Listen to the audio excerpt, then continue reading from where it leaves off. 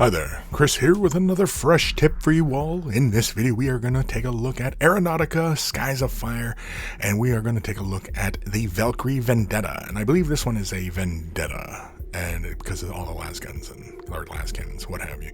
The model's been primed white using Stylorez white, sprayed with an airbrush at 25 psi.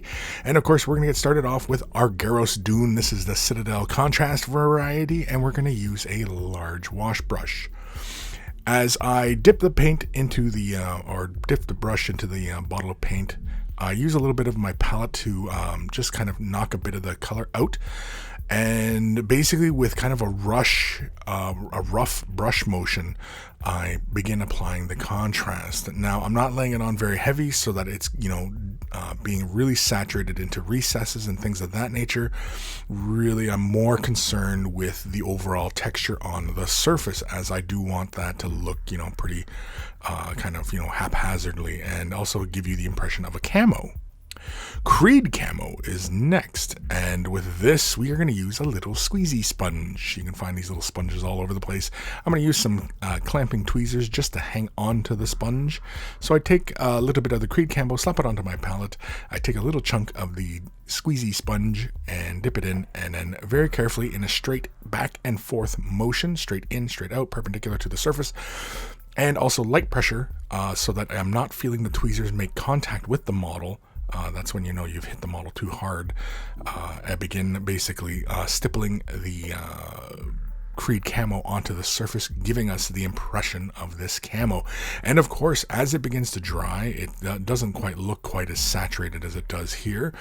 And the reason that we're going with the green on top of the brown yellow is because if we went with the green first, the brown yellow would not show up as well. So when dealing with contrast paints in this kind of variety, where you're going to layer various contrasts on top of each other, you're best starting off with lighter colors before moving to darker colors.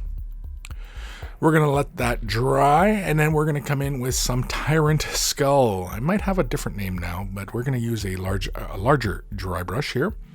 And very carefully, we are going to make sure that we have removed a majority of the paint from the bristles, and very lightly, we are going to dry brush the entirety of this model. We're going to basically dry brush the entire surface in this one uniform fashion.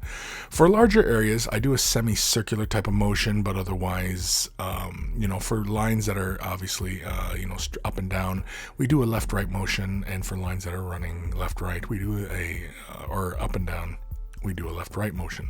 Yeah, whatever it is. And you can see, again, with a semicircular motion, you can catch, various angles and such. It's basically it's brushing against the grain, as it were. You just want to catch those edges, and that's why it's very important to maintain a very light hand. We're going to use Agrax Earthshade with some Lamian Medium. Basically, what we're going to do is we're going to slap a little amount onto our palette, and we're going to mix probably about a 50-50 mix. So it's a 1-to-1 type ratio, even though it might even go more to 1-to-2, a little bit more medium than shade wash. And then with our shade wash brush, we're going to begin applying it to the surface. We're going to be fairly generous with our application of this, as we do want this to fall within the recesses, give us a slight tint over a majority of the surface, but really we just want it to fall within those recesses and pick out all those panel lines. It also knocks down the overall Gyros Dune down towards more of a brown shade, which is fine because, again, with our dry brush, all those edges are bright, and the Agrax Earthshade is not going to disturb our highlighting that we had previously done. Next, we're going to jump into some Black Templar. This is the Citadel contrast, and basically we're just going to pick out the little windows. So with our nice detail brush, very carefully here. Now, we have a fairly generous amount in the bristles, so it pretty much is just a matter of touching these areas and moving the brush and staying within the confines of that little window panel so that we don't hit the frame, as it were, because, we spent all that time applying paint onto it and also, dry brushing it. And so we want to remain or keep those details without destroying them with this contrast. But the contrast stays within the recesses nicely anyway, just through the capillary action, and it stays where it wants.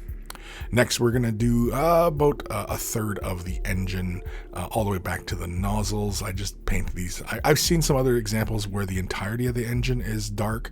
And basically what I'm going to do is I'm going to lay this down initially just, to get these little details. If I want to leave areas black, I'm free to do so. And if you want to leave them black, feel free to do so. But we will be moving on to those areas later on. With the intakes, I do just the interior of the intakes, just catching the fan and that interior lip inside there as well. And of course the las cannons, I also give them a good layering as well. As I lay this down, it is fairly generous, and you will see it kind of build up in some areas. I also get the little end nozzles on the ends of the wings as well. I did consider doing the landing gears and such in metals, but I thought, nah, whatever. The little array in the front, I also apply a bit of color. Once that is dry, we're going to come in with some lead belcher, and with this color we're basically just going to take our detail brush, get a tiny amount of metallic onto the bristles, and then just very gently with the tip just catch the very tops of the fans. We don't want to apply too much pressure, so it's kind of like an overbrush technique where basically you're just catching just the high points with the brush. Here you can see as I'm working on the engine, I move the bristles into a more of a chisel shape by drawing the paint, or drawing the brush through the paint, turning the brush 180 degrees and drawing it through the paint again, and it creates a nice flat face to the brush, basically like a chisel, as it were. Again, you can see here just very effectively using the chisel just to catch the ends of the nozzles.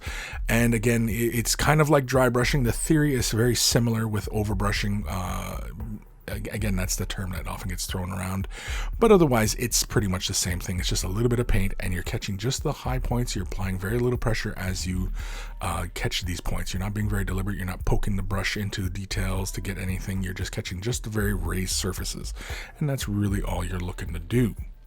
And with that done, we can move on to other things, as well as possibly finishing off the canopy. We could also create wear and tear on the vehicle, soot stains, squadron markings, anything like that. So stay tuned for future videos. Big thank you to all my patrons. Without their support, these videos would not be possible. If you're considering Patreon support, a huge thank you. Click the link in the description below, and it'll take you off to a magical website called Patreon. Take care of those brushes, and they will take care of you.